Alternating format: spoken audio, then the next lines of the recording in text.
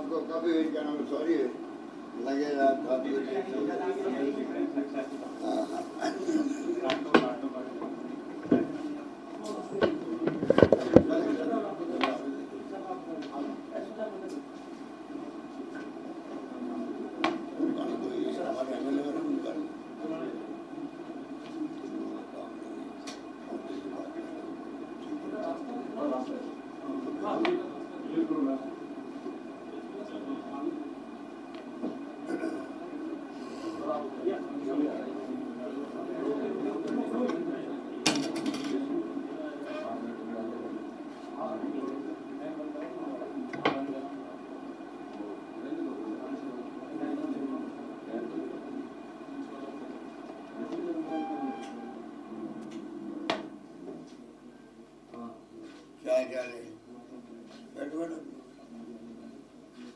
बैठो खड़ा होने जरूरी है क्या?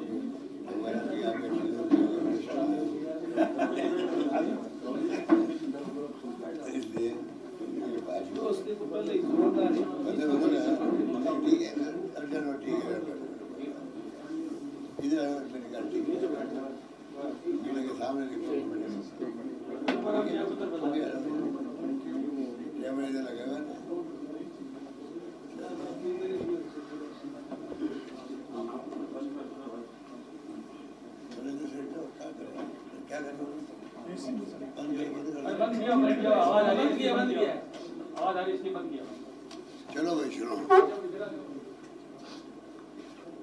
मैं शुरू करूँ आप शुरू? मैं शुरू ये कर रहा हूँ कि जो माहौल एनडीए गवर्नमेंट आने के बाद में माहौल सरचार बन गया देश के अंदर, प्रदेश के अंदर, और मेरा मानना है कि प्रधानमंत्री जी खुद को अपील करनी चाहिए देशवासियों को कि ये जो ध्रुवीकरण हो रहा है ये उचित नहीं है। धर्म के नाम पर, जाति के नाम पर, ये देश हित में नहीं है। उसी कारण से जगह जगह पर तनाव पैदा होता है। दुर्भाग्य से कल घटना जो हुई है करौली की, वो आपके सामने है। और आज भी ब्यावर में आपस में एक छोटी बात को लेकर झगड़ा हो गया अभी सुबह, और एक व्यक्ति की हत्या हो गई। तो अब ये जो जाति धर्म के नाम पर रंग दे देते हैं, दो व्यक्ति को भी भेज सकते हैं, मर्डर हो गया। और अगर धर्म अलग अलग है दोनों का, तो फिर धर्म के नाम पे लोग ध्रुवीकरण करके फिर उनको इश्यू बनाते हैं। तो अगर मेरा मानना शुरू से रहा है, जिस परिवार में, जिस गांव में, जिस जिले में, जिस प्रदेश में, जिस देश में अगर शांति, भाईचारा, सद्भाव रहता है, तो वहाँ पे माहौल बनता विकास का, आर्थिक स्थिति मजबूत होने का। और उसी के आधार पर मैं समझता हूँ कि तमाम जो आज चुनौती हमारे सामने महंगाई की है या रोजगार की है, बहुत बड़ी चुनौती रोजगार की भी, नौजवानों में बहुत बड़ी छटपटाहट है पूरे देश के अंदर। ये तमाम समस्या तब आती जब आप जो आपकी अप्रोच है गवर्नेंस करने की, उस पर आपका ध्यान जाता नहीं है और आप खाली परसेप्शन पैदा करके राजनीति करते हैं।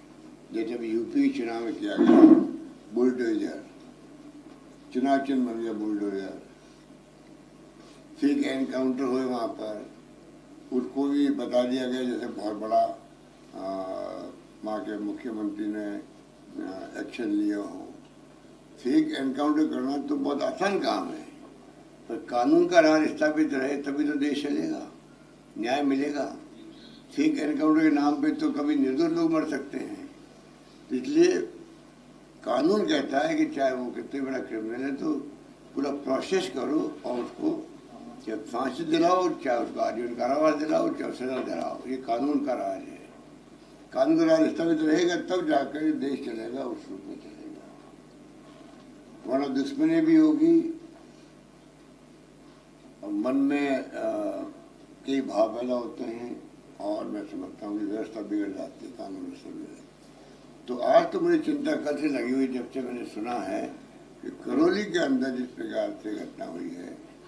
और मैंने अभी सुबह भी बात की डीजी से, उनको मैंने कहा कि जिन्होंने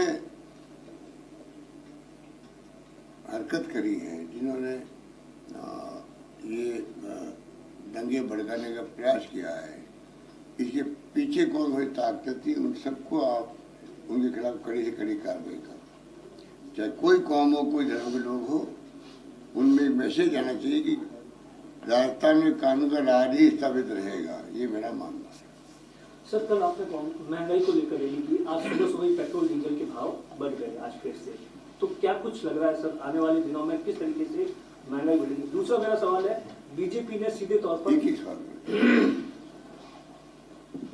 देखिए, इतना बड़ा धोखा देश के साथ कभी हो नहीं सकता। पूरा देश कह रहा था कि 5 चुनाव तक रोक लगाई हुई है कि पेट्रोल डीजल दाम नहीं बढ़ने चाहिए, रोक लगाई हुई है जिससे कि उनको नुकसान नहीं हो। और चुनाव खत्म होते ही ये प्राइस बढ़ेंगे और वही देश देख रहा है। तो देशवासियों को समझ में आना चाहिए कि इनका गवर्नेंस करने का तरीका क्या है।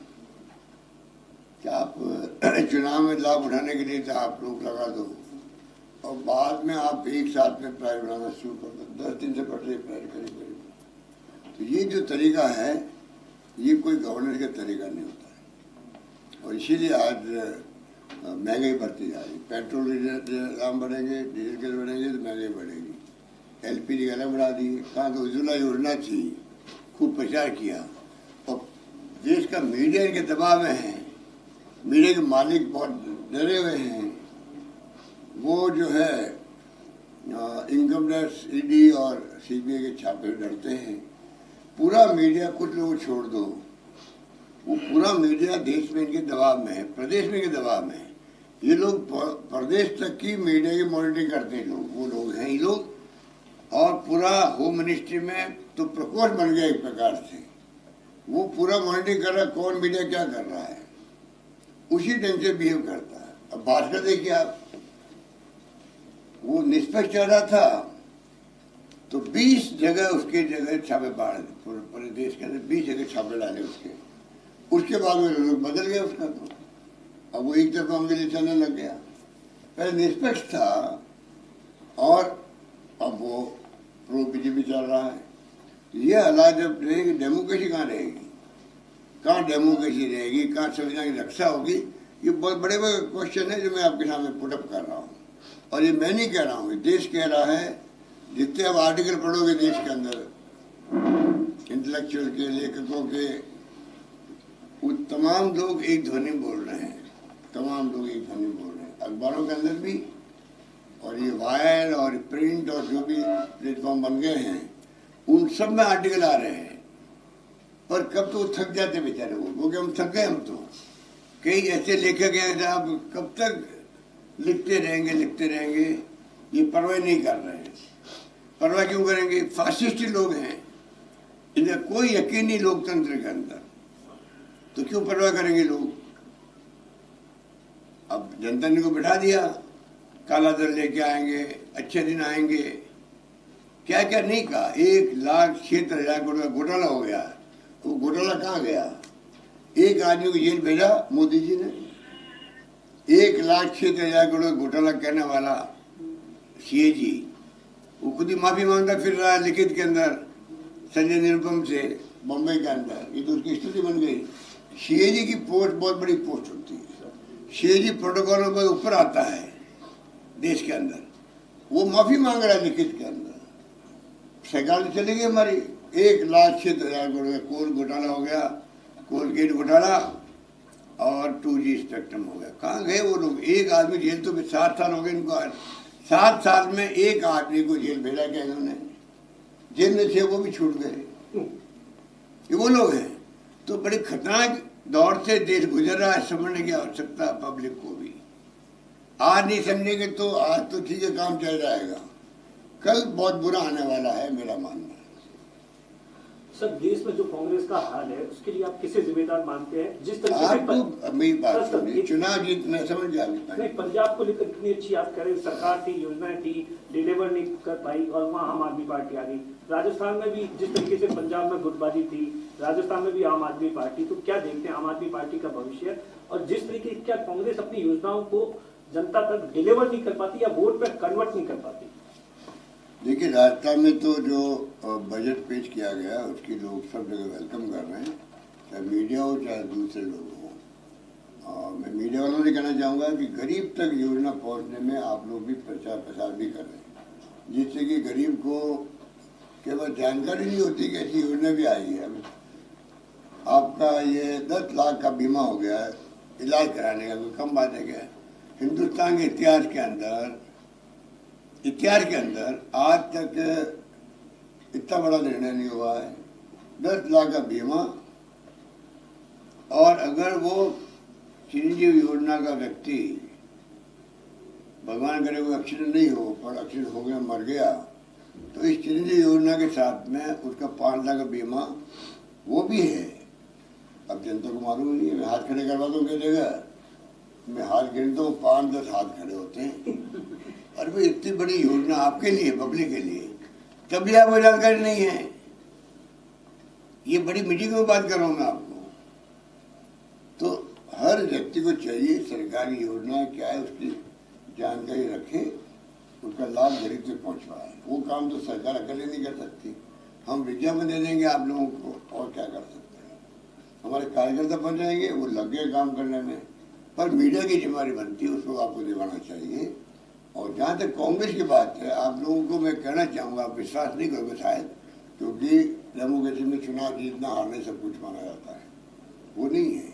आज कांग्रेस की चौकियाँ पूरे देश के हर गांव में, हर घर में मिलेगी आपको। आज भी सरकार नहीं बनी, छोड़िए, इंदिरा जी चुनाव हार गई थी, जिसने परमाणु विस्फोट कराए आपका पोखरण के अंदर, जिन्होंने पाकिस्तान के 2 टुकड़े कर दिए, बांग्लादेश बना दिया, इमरजेंसी के बाद में माहौल ऐसा बना, आदि साहब हो गए पूरे उत्तर भारत में। एक नाथुराम मिर्जा जी जीते नागौर में, एक गांधी शंकर में से जीते मध्य प्रदेश के अंदर।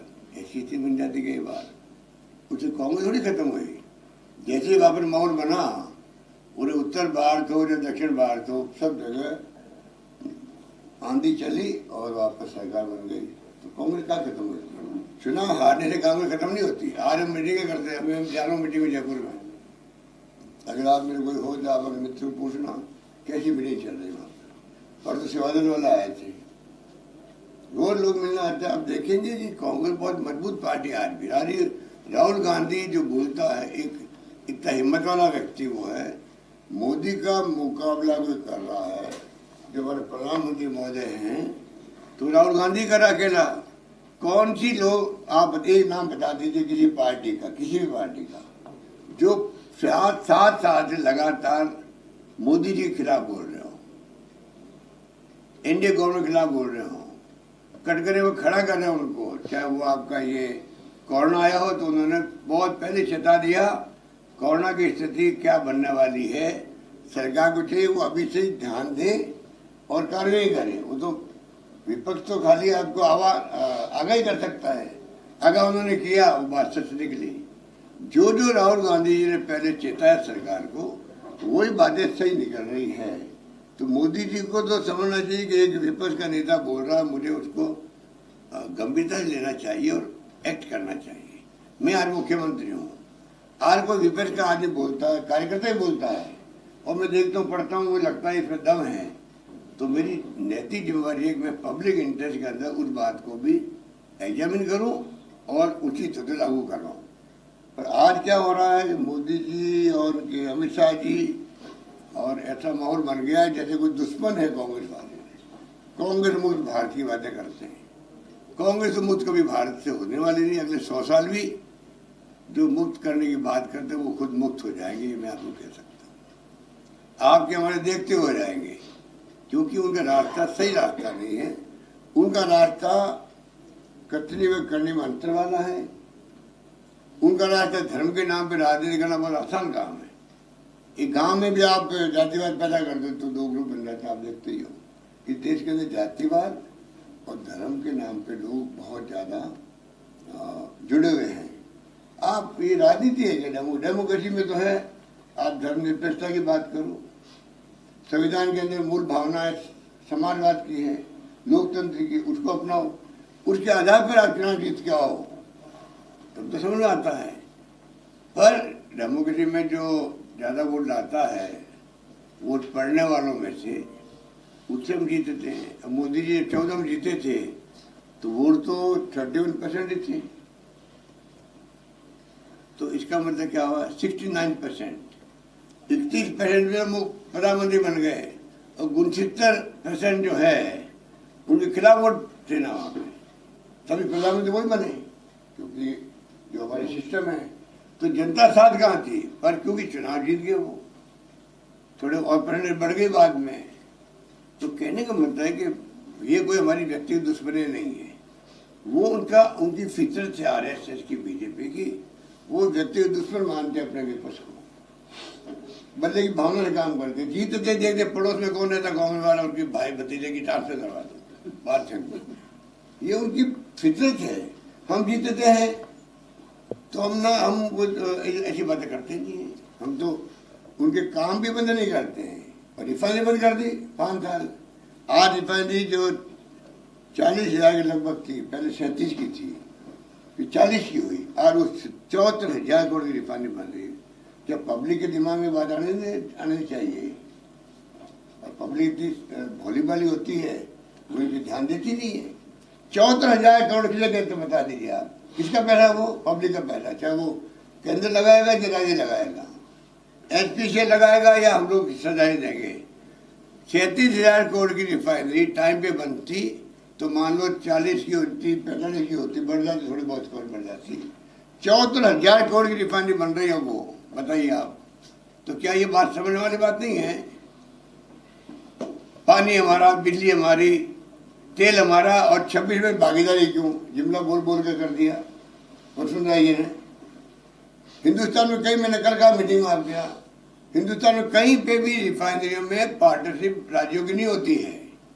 ये तो क्योंकि स्पेशल मैंने दबाव दे दिया कि बढ़वाई रिफाइनरी, इसलिए यहाँ पर जो एसबीआई कैप कहलाती है, एसबीआई कैप, जो एक उनकी सब्सिडी कंपनी है स्टेट बैंक ऑफ इंडिया की, उसको काम सौंपा गया असेसमेंट का। उसने कहा तभी लगेगी जब राज्य सरकार भी हिस्सेदारी करेगी, तब हमें करनी पड़ी, मजबूरी से करनी पड़ी। पर इश्यू बनाने वसुंधरा जी ने, उसके कारण से पूरा रिफाइनरी 5 साल तक जानबूझ के बंद करवा दी। हमने दबा दिया लगातार, फिर भी हमारी पार्टी लोगों ने, हरीश चौधरी बैठे, मदन प्रजापत है, देवाराम जी है, ये सब आए थे वहाँ पर 55 के अंदर। हमने धरना दिया, ये मदन प्रजापत ने पदयात्रा करी जोधपुर तक। दबाव पड़ा, जब वो घबरा करके वहाँ पर रिफाइनरी शुरू कर गई, तो मैंने कहा प्रधानमंत्री महोदय, उसका तो हो चुका है वहाँ पे, पूजा पाठ हो चुका है शिलान्यास के अंदर। आप तो धार्मिक व्यक्ति हो, 2 बार पूजा पाठ कैसे होगा? तो कार्ड वापस नहीं छपाएंगे, शुभारंभ के अवसर पर प्रधानमंत्री जा रहे हैं शिलान्यास की बजाय। ये तो इनकी स्थिति है। तो कहने का मतलब जो स्थिति बनी देश के अंदर, वो बहुत ही चिंताजनक स्थिति बनी हुई है। जितना आप प्लेटफॉर्म पढ़ोगे आप देश के अंदर, जो आजकल सोशल मीडिया के हैं, और क्रेडिबल भी है, ऐसा नहीं कि ऐसा ही हो गया हो। जो भी आपके बाहर है या प्रिंट है, पता नहीं क्या क्या और भी होंगे, एक सत्य है, एक सत्य भी प्लेटफॉर्म है। तो आप बताइए मुझे, इतने लेखक लिख रहे हैं, आर्टिकल लिख रहे हैं, कब तक लिखेंगे? वो थक जाएंगे। तो बहुत ही स्थिति नाजुक है। और मोदी जी को जिस विश्वास के साथ में जो अन्ना हजारे और जो आंदोलन किए, बाबा रामदेव जी गायब हो गए, गायब ही हो गए। अभी उनका बयान दिया था कल के, पहले के बयान, अब बयान पढ़ लो, 2 कॉलम बना दो। बाबा रामदेव पहले क्या कहते थे, अब क्या कहते हैं, मालूम पड़ जाएगा। अन्ना हजारे साहब बेचारे गायब हो गए। उनको इन लोगों ने बैठाया था, आरएसएस बीजेपी ने षड्यंत्र करके कांग्रेस के खिलाफ में मनमोहन सिंह जैसा व्यक्ति जो विद्वान भी था, इकोनॉमिस्ट थे,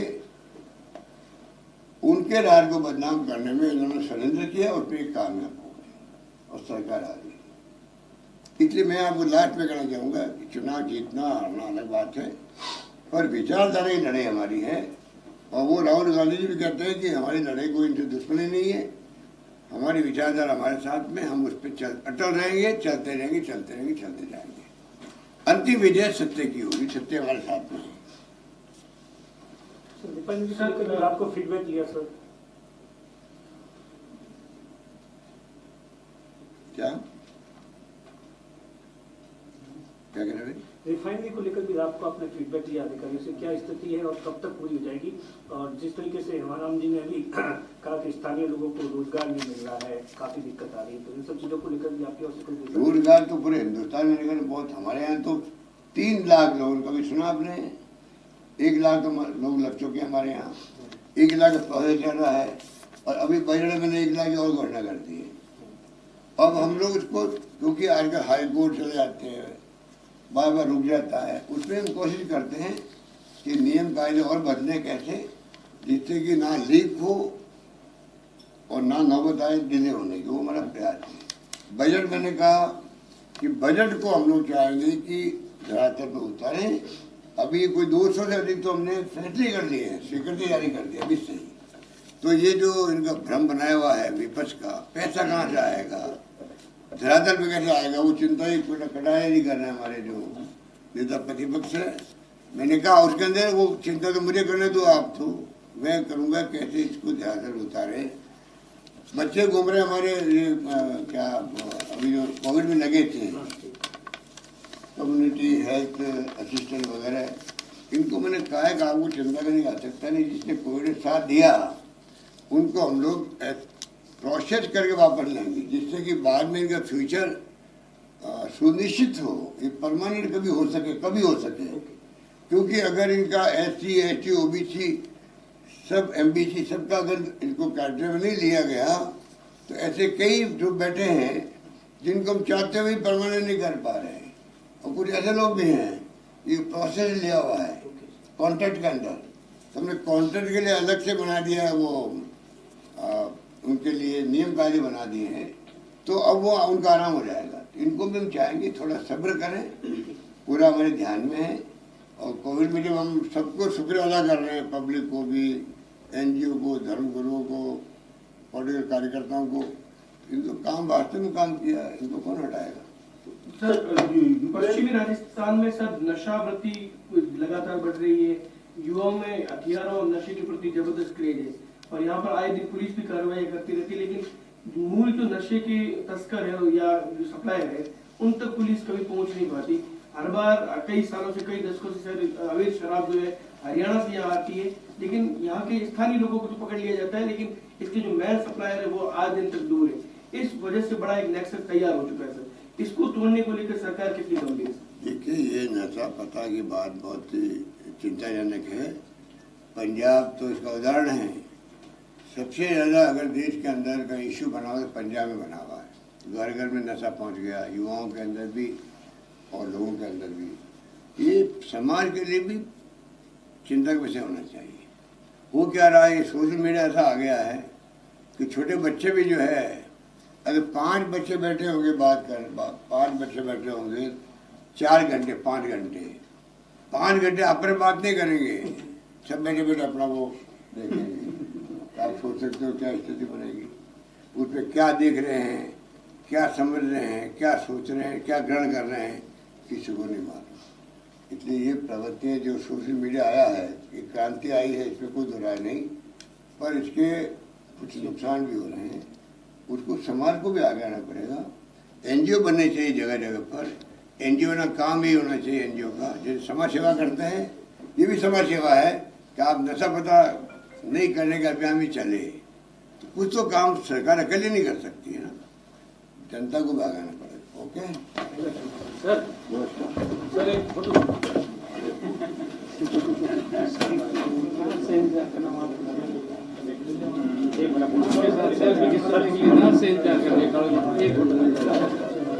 एक